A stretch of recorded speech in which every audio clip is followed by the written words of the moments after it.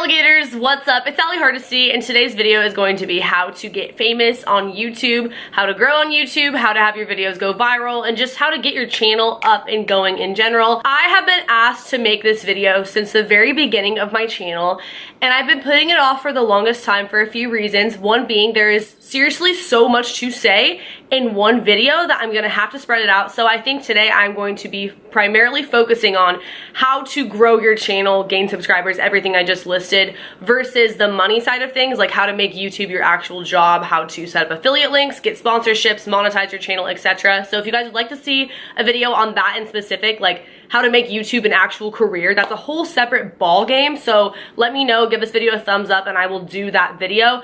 This is the second video in my series of like how to with social media vids. I did a how to get famous on Instagram video that actually is approaching 500,000 right now. So I was pretty impressed. I didn't expect it to do that well, but I guess a lot of people don't really talk about these things, or at least give like real tips. And I'm gonna admit, a lot of this is luck, but obviously it's not all luck. Like YouTubers who have gotten to the place that they're at, they got there for a reason, like they put in work. We do have control over a lot of the things that get us to go viral and grow and gaining subscribers, etc. So I'm gonna give you all my tips and tricks for what I do know and what I truly think can help you and your channel if you are making a channel or you are in the process of trying to grow the one you already have. So first things first, when you start your channel, I think you should have a reason why, something that keeps you motivated, because it doesn't happen overnight. Like you have to genuinely enjoy what you're doing, or else you're gonna get sick of it and you're gonna give up if you just expect to get famous overnight like that. These things can definitely help to speed up the process, but you just can't be disappointed right off the bat if you don't get 1 million hits on your very first video. So keep that in mind when you're getting started. You should know what you want other people to get out of your videos and what you want to get out of your videos. For example, when I started my channel, I wanted to document my life, help other people, and share my experiences. I'm pretty sure I've done that. Like, I feel very, very accomplished in that sense, and that is what matters to me. And I think that people can see that in my videos. I have shared things that other people couldn't necessarily talk about unless they went through the same thing. For example, my ADD, that's something I've struggled with my entire life. I've made videos about it, and people can see in my videos how real I'm being when talking about that subject. So a lot of people do suggest that when you make a channel, you should do like the cliche how-to videos, because people easily search those. If that's what you want to do that. But I would suggest doing something that still relates to you, so you can add your passion and your personal input to whatever you're talking about. So yeah, how-to videos, they do get hits right off the bat. I never really went that route. I didn't even actually hear that piece of advice till much later, but if you do a how-to video, it's definitely gonna show through the video if you actually care about whatever it is that you're doing a how-to video on. Don't just make a video because you think it's gonna do well or you think people would wanna see it. If that was the case, you guys, I would do a lot of certain types of videos that I've never done, or I would do more of, because I know that those are things that do well. But do what you personally have a passion for and wanna talk about and have experience with. Think of something that makes you unique and that people go to you for. If they have a question, they want to know how you have followers on Instagram. They want to know how you grew your hair out the way that you did. They want to know why you wear colored contacts and where you get them from and how you put them on, etc. If you're doing like a how-to kind of video, or if you want to do a story time, what is your go-to experience that you tell people when you meet them right off the bat? Like the craziest thing that's ever happened to you that people are genuinely interested in hearing about. Keep that in mind. Same thing with conspiracy theories. It has to be what you're genuinely passionate about and what people know you for, even if it's not on the internet yet. It could just be in your personal life, in high school, whatever it is. Don't feel awkward when filming. I promise I'm gonna get to the technical stuff later in this video, but don't feel awkward. I felt so weird talking to myself in a camera in the beginning, and it definitely showed. So think about what you notice and what you like in other creators, whether it's their editing style or the way they get really close to the camera, or the way they laugh, or they're super bubbly, or they make corny jokes, and try to incorporate that into your videos, because you know that you like seeing those in other people's videos. But be yourself. Don't try to be Jenna Marbles or Shane Dawson. Don't try to replicate someone else's content, because that's also going to show if it's not genuinely your personality. So be yourself, let it shine through your videos. It's okay to mess up. If you mess up really bad, you can easily edit it out, or you can just leave it in and it'll be funny. So have fun with it. Don't put yourself under a bunch of pressure when it's your first time filming, because I know I did. I felt like everything I said had to be perfect, and sometimes I still feel that way. So just know that you're in a safe place and that people ultimately will watch you for your personality, not just your content. So don't feel like you have to be a alien or a robot when speaking and sharing whatever it is that you have to say. You can mess up, you can make mistakes, you can burp, you can do this and that. If anything, it'll just make the content more relatable and funny. Once you get a decent amount of following, which I'll I'll talk more about how to do that. You're gonna wanna do a Q&A video because you want people to get to know you as a person. You don't have to do a Q&A, but I would definitely suggest opening up because it makes your relationship with your subscribers that much more closer if they know who you are, where you came from, why you're doing YouTube, what's your purpose on here, are you in school, how old are you, what's your favorite color, whatever. Just basically getting to know you as a YouTuber, because I know the people that I watch on a consistent basis, I feel like they're my friends, or at this point being a YouTuber, like they actually are my friends in real life, but that's because I've gotten to know them through their videos or outside of their videos because they're personable. The next thing is thumbnails, and arguably I feel like these could actually be more important than titles a lot of the time. I use PicMonkey. Pretty much every YouTuber uses PicMonkey. I use the free version. You can pay for the other thing if you want to, but I've never used it. I've never found it to be necessary, and you can just either screenshot the video or take a picture and then go on there, add emojis, edit it however you'd like to. And when I first started, I didn't even know that you could do this. I would literally just screenshot the thumbnail randomly in the video and slap emojis on it. So now I try a little bit harder than that because I figured out how to actually do that and how much it really does make a difference. I've also learned that less is more when it comes to thumbnails. Sometimes if you have a bunch of stuff on there, it looks way too overwhelming and people just won't click on it. Sometimes it also doesn't hurt to have something on the thumbnail, like in writing, that's different from whatever the title is. All of this works in conjunction to make your videos do well. Title, tags, and the description box. Those things, they need to match up. That's actually crucial. I learned this not even that long ago, and it has made a huge difference in my channel, in my videos, in my ratings, etc. So if you've noticed, a lot of the time YouTubers, they will put in the first sentence of their description box something having to do with the title. For example, this video is about how to get famous on YouTube. In their title, how to get famous on YouTube. And then in their tags, one of the tags will be how to get famous on YouTube. Because when it's in all different 3 places, when you search how to get famous on YouTube, your video will most likely be one of the first ones to pop up because it makes it that much more relevant. That's why you'll see a lot of repetitive tags and description boxes and titles, because it just makes it get up there when you search it that much easier. Also, Google keywords. I just started utilizing this. Like, to be honest, I could probably do a better job with it still, but if you go to a website called Google Keywords, you type in whatever it is that your video is about. For example, I did a video about how to get famous on Instagram. Type in Instagram. Some of the top search things are how to get famous on Instagram, how to grow on Instagram, how to edit pictures on Instagram. Of course, only if they are in fact relevant to the video, you talked about them in the video, etc. All those tags would fit, so I can slap them into the tag portion of the video, and then they're in there, so if people search for those, my video is also likely to pop up. Overall, I don't think tags matter as much, but they definitely help, especially all 3 together. And I'll let you in on another little secret. I didn't even know this when I started, but I used to give credit. In fact, I still give credit if my video was inspired by another YouTuber. For example, my confronting my ex with the other woman video. I saw Carrie Dayton, who I just did a collab with like a few weeks ago.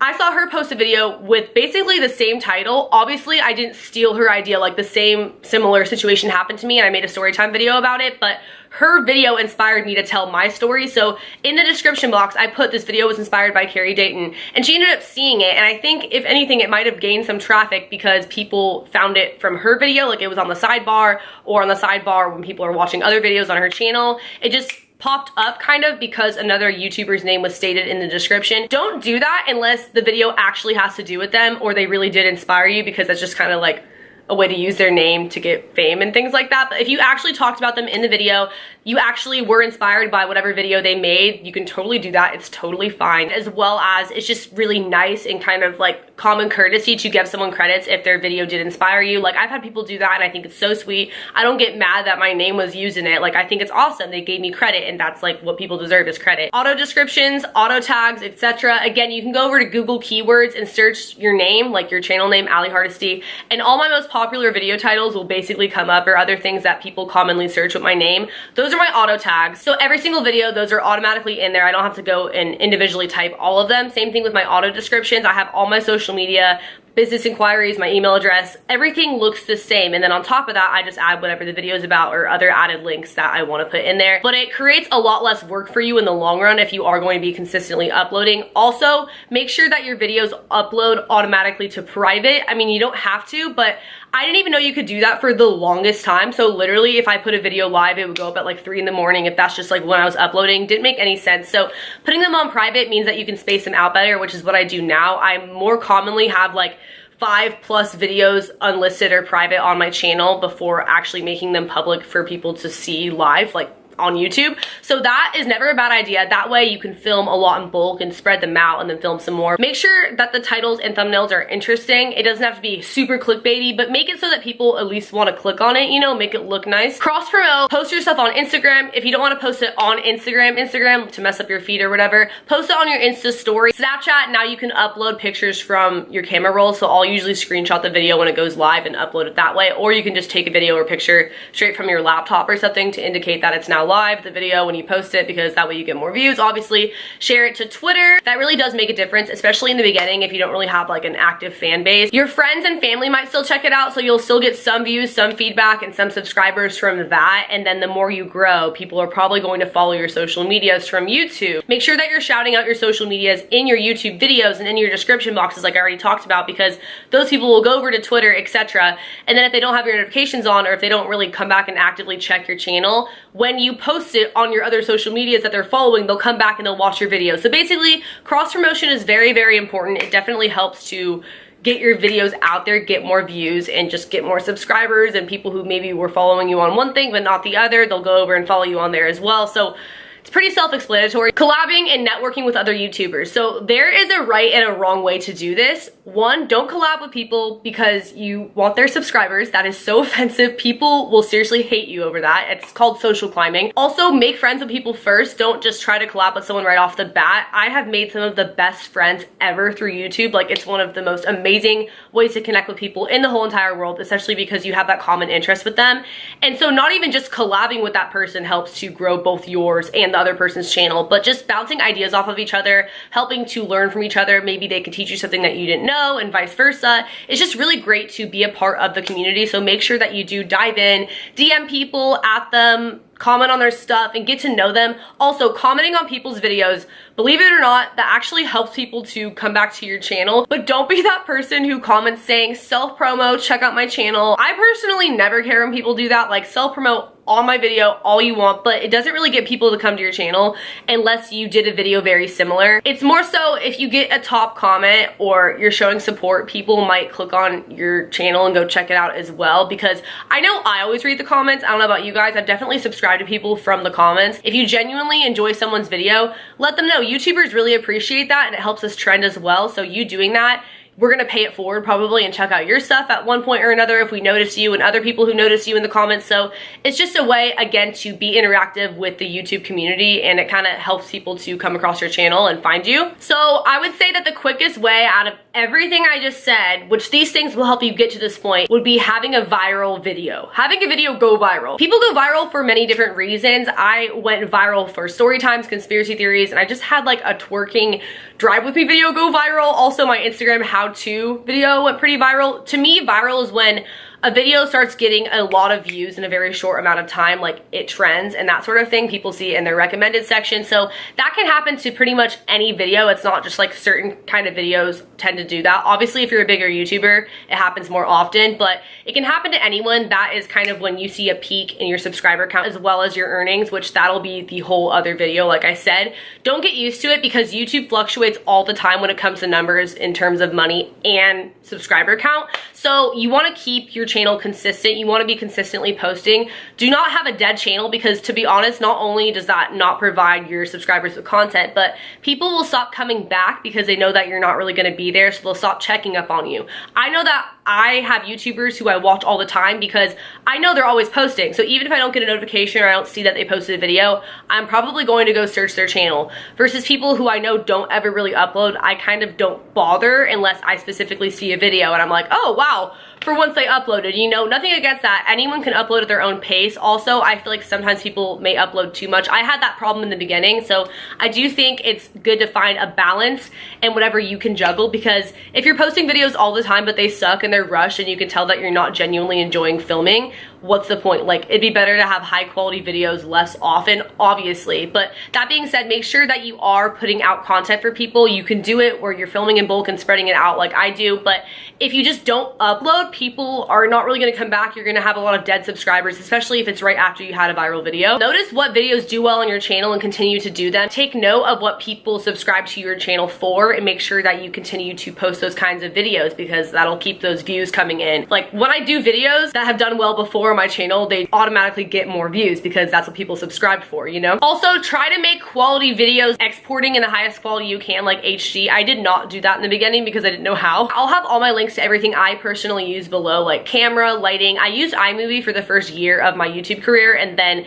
more recently I started using Final Cut Pro. iMovie is free and basically the Walmart version of Final Cut Pro, so when you do decide to upgrade and pay the $300 to get Final Cut Pro, if you ever do, you'll pretty much know how to use it because you were already basically using a low-class version of it. A lot of people film their first videos on their phone. I don't really think it makes much of a difference. A lot of my first videos that did really well were not even good quality. I didn't have lighting. I think the only thing I had was a camera, and I don't even have that nice of a camera, to be honest. This is the same camera that I've been using the entire time I've been making videos, so it's definitely not necessary. It just helps to have professional equipment in the long run. Again, I have so much more I could honestly say about this, having to do with growing, just like other little things. If you have any questions, be sure to leave them below. Also, as far as making YouTube your job, whole separate thing. I will make a video if you guys want, so give this one a thumbs up and let me know if you want to see that. Subscribe to my channel if you are new here. Turn on post notifications by hitting that bell button right next to the subscription box. Follow my social media. I have Instagram, Twitter, Snapchat, and YouNow, where I broadcast every single day. I also have a Patreon where I post exclusive videos and photos that you can't see anywhere else. And I will see you guys in the next video. Later, alligators.